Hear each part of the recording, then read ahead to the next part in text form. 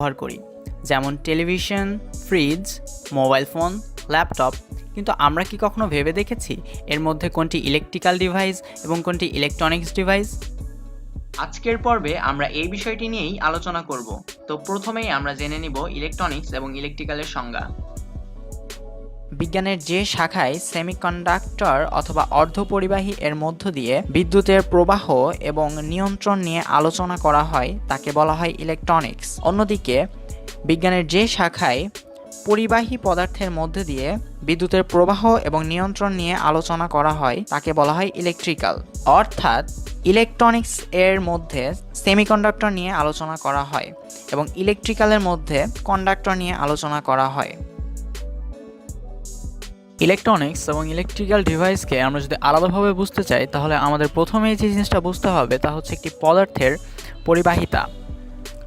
পরিবাহিতা বলতে বোঝায় একটি পদার্থের মধ্যে দিয়ে কী পরিমাণ বিদ্যুৎ প্রবাহিত হতে পারবে অথবা বাধাপ্রাপ্ত হবে, অর্থাৎ ওই পদার্থের পরিবহন ক্ষমতা।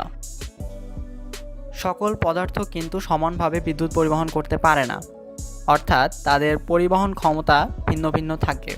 যেমন আমরা যদি লোহা এবং প্লাস্টিকের উদাহরণটি ধরি, তাহলে লোহা খুবই ভালো একটি সুপরিবাহী, কিন্তু প্লাস্টিক আবার একেবারেই অন্তরক, অর্থাৎ অপরিবাহী।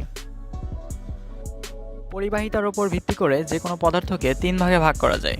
একটি হচ্ছে সুপরিবাহী বা কন্ডাক্টর, অর্ধপরিবাহী বা সেমিকন্ডাক্টর, আরেকটি হচ্ছে অপরিবাহী বা ইনসুলেটর।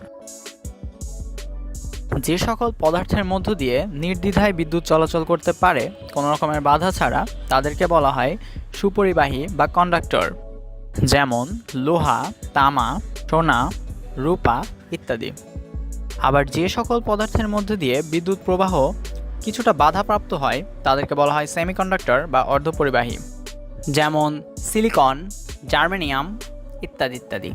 সবশেষে আছে অপরিবাহী। অপরিবাহীর মধ্যে দিয়ে কোনো রকমের বিদ্যুৎ প্রবাহিত হতে পারে না, যেমন কাঁচ, প্লাস্টিক, শুকনো কাঠ ইত্যাদি। সুপরিবাহী দিয়ে যেসব ডিভাইস তৈরি করা হয় সেগুলোকে ইলেকট্রিক্যাল ডিভাইস বলা হয়, যেমন ফ্যান, মোটর, হিটার ইত্যাদি।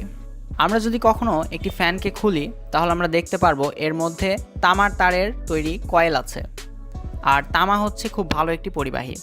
যেহেতু একটি ফ্যানের মূল অংশ সুপরিবাহী পদার্থ দ্বারা তৈরি, অতএব এটি একটি ইলেকট্রিক্যাল ডিভাইস। আবার অন্যদিকে আমরা যদি কখনো একটি মোবাইলকে খুলি তাহলে দেখব এর মধ্যে একটি সবুজ রঙের অথবা নীল রঙের পিসিবি বোর্ড থাকে।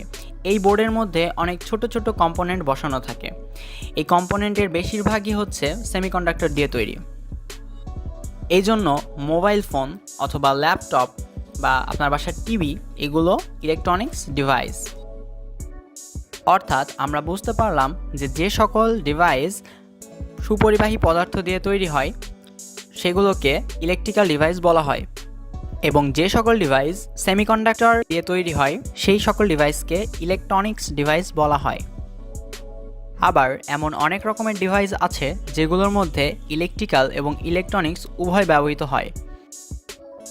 যেমন আমরা যদি একটি লিফটের কথা ধরি তাহলে লিফটকে উপরে ওঠানো এবং নিচে নামানোর জন্য যে মোটর ব্যবহার করা হয় সেই মোটরটি হচ্ছে ইলেকট্রিক্যাল পার্ট। আবার আমরা লিফটের মধ্যে কোনো একটি বাটনে প্রেস করলে লিফট আমাদেরকে সেই নির্দিষ্ট ফ্লোরে পৌঁছে দেয়। এই কাজটি আবার ইলেকট্রনিক্সের মাধ্যমে করা হয়। অর্থাৎ একটি লিফটে ইলেকট্রিক্যাল এবং ইলেকট্রনিক্স উভয় ব্যবহৃত হয়। আবার ফ্রিজের মধ্যে যে কম্প্রেসর ব্যবহার করা হয় সেটি ইলেকট্রিক্যাল পার্ট, এবং ফ্রিজের মধ্যে যত সেন্সর এবং বিভিন্ন ধরনের লাইট থাকে সেগুলো ইলেকট্রনিক্স পার্ট। আজকের ভিডিও থেকে আমরা জানতে পারলাম ইলেকট্রনিক্স এবং ইলেকট্রিক্যালের সংজ্ঞা, ইলেকট্রিক্যাল এবং ইলেকট্রনিক্স ডিভাইসের মধ্যে পার্থক্য এবং ইলেকট্রিক্যাল এবং ইলেকট্রনিক্স ডিভাইস কী, পরিবাহী, অপরিবাহী এবং অর্ধপরিবাহী কাকে বলে এবং এদের মধ্যে পার্থক্য।